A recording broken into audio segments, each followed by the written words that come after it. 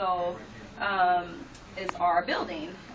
We're still working on coming up with an official name for it because there's nothing like it. We don't want to call it a shelter because it's way more important, it's way awesomer than a shelter.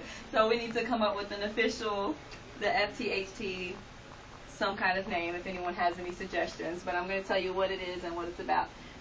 So we want to have one of these in every single state in this country and major city. If it's a big state like Texas, would obviously have one in Austin and Houston, and Dallas, probably even 3 in that state because it's a bigger place.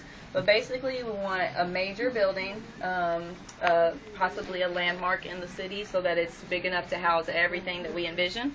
We want to have a kitchen, so where we'll be able to feed everyone 3 meals, 3 healthy meals a day, 7 days a week. Obviously, we'll include recycling and everything because we definitely try to incorporate taking care of our earth as well as what we're doing out there. A lot of the people don't like what we're doing as far as giving out the clothes and toiletries, which is something that the one guy said on Monday. You know, we feel like you're polluting the streets. You're just handing the stuff out and then it's getting thrown away and everything. But we encourage you to just recycle. We definitely work on minimizing the waste even as we're giving out stuff. So that's something that's going to be incorporated.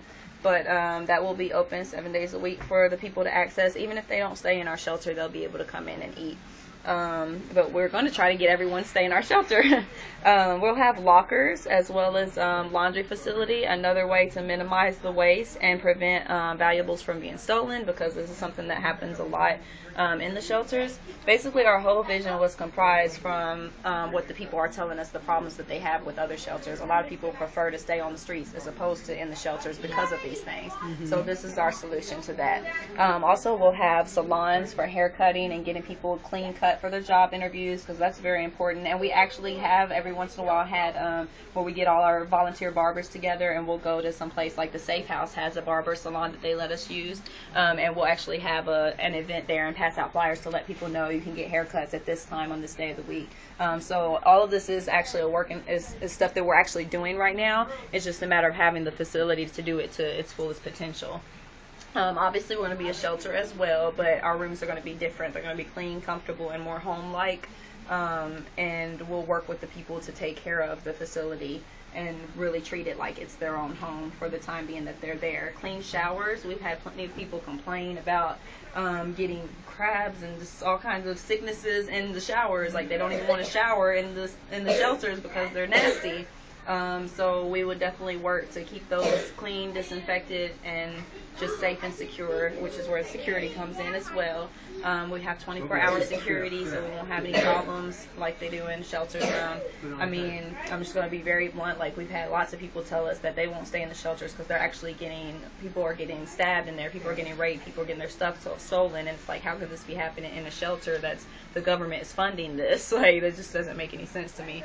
So we're taking precautions to prevent certain things from happening. Our clothing bank, which you guys see is already set up here. This is the start of it. This is the beginning processes of our clothing bank that will soon be humongous like this one. And you'll be able to walk in and get what it is that you need, again, whether you're staying in our facility or not. We're going to have people who refuse to stay with us, of course. That's always going to happen, no matter how clean or how nice it is. But regardless, we'll make sure they have the stuff that they need, food and clothing. We're going to have childcare. That's very important to me because I speak from experience. When I was homeless, how in the world did they expect me to get a job if I got to drag the kids with me to interviews? And then, you can't go on interviews, you can't get the job, and it just makes things impossible. So we're going to have childcare for the women that stay in our facility and are going through our program so that they will be actually able to go out and get a job. Empowerment seminars, encouraging counselors, and computer training. These all kind of go hand in hand. We'll obviously be assessing the people the same way we do now. And just having people to just encourage them and keep touching base with them on a weekly basis to make sure they're moving forward and progressing. We don't plan on really setting a time limit, like they have to be out by this certain time. We'll set the time limit as they go. Like, we'll give them 9 months up front, and then by the time that 9 months is reached, we'll see where they're at. Are they still trying their best? Are they still, how can we change the plan if it's not working or whatever case may be, and then just extend it from there if need be. But we won't say if you're not out of here by a year's mark, then you got to be back on the streets. Like, that's crazy, and some places do that. empowerment seminars. A lot of people just need encouragement, especially the ones that have been out there for 20 years or more. Like, they're just done, like, and they just need somebody to boost them up and somebody to come in and tell their story of where they came from and where they're at now, and just things to encourage them to get out of their situation.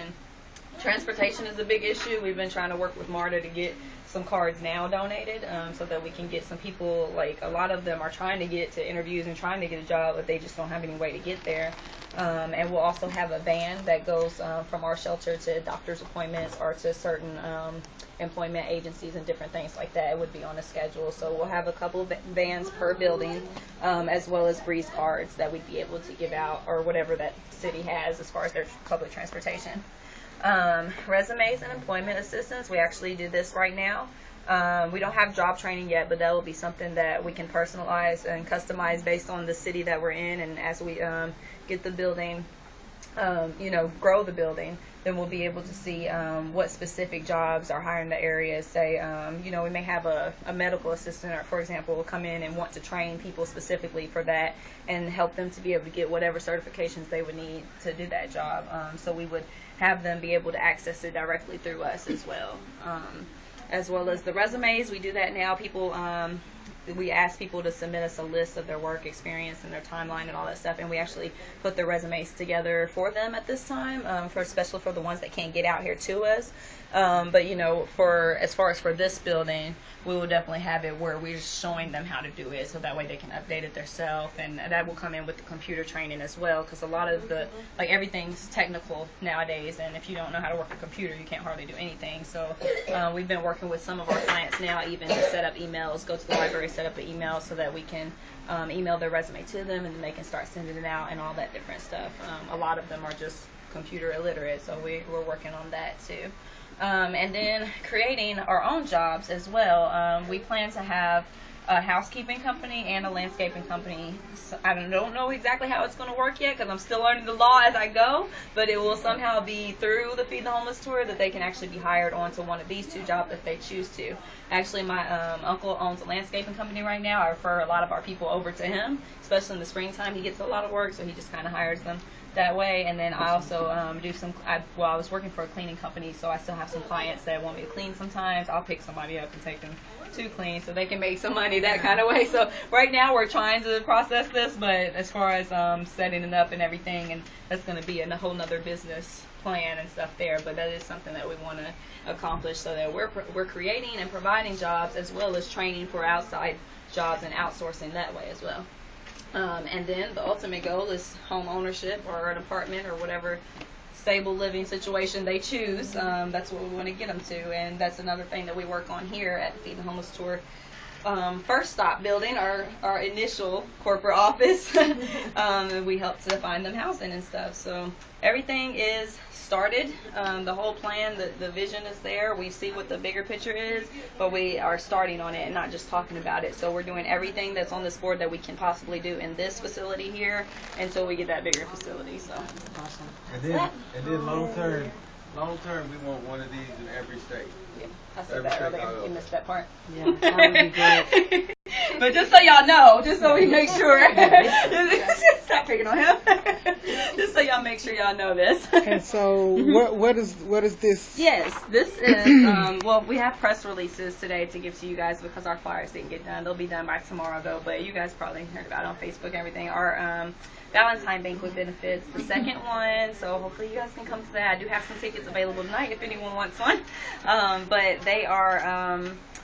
The tickets cover your meal, the actual event itself. There's going to be live performances. It's at the basement in Atlanta. It's on Valentine's evening, and it's going to be this big red carpet event, and it's going to be really fancy. You don't work on Valentine's evening? I sell flowers for a living. Oh, okay, that makes sense. You know what? I wish I had known that, because we could have brought you guys in as a vendor. Maybe we can still discuss that. I don't know, does your company want to be a vendor? I'm a contractor at Costco. Okay. I was just saying it'd be so cool if you could actually set up as a vendor. Then you could be at the event and eat and still be working. Like $40,000 in flowers, in roses, within an 8-hour period.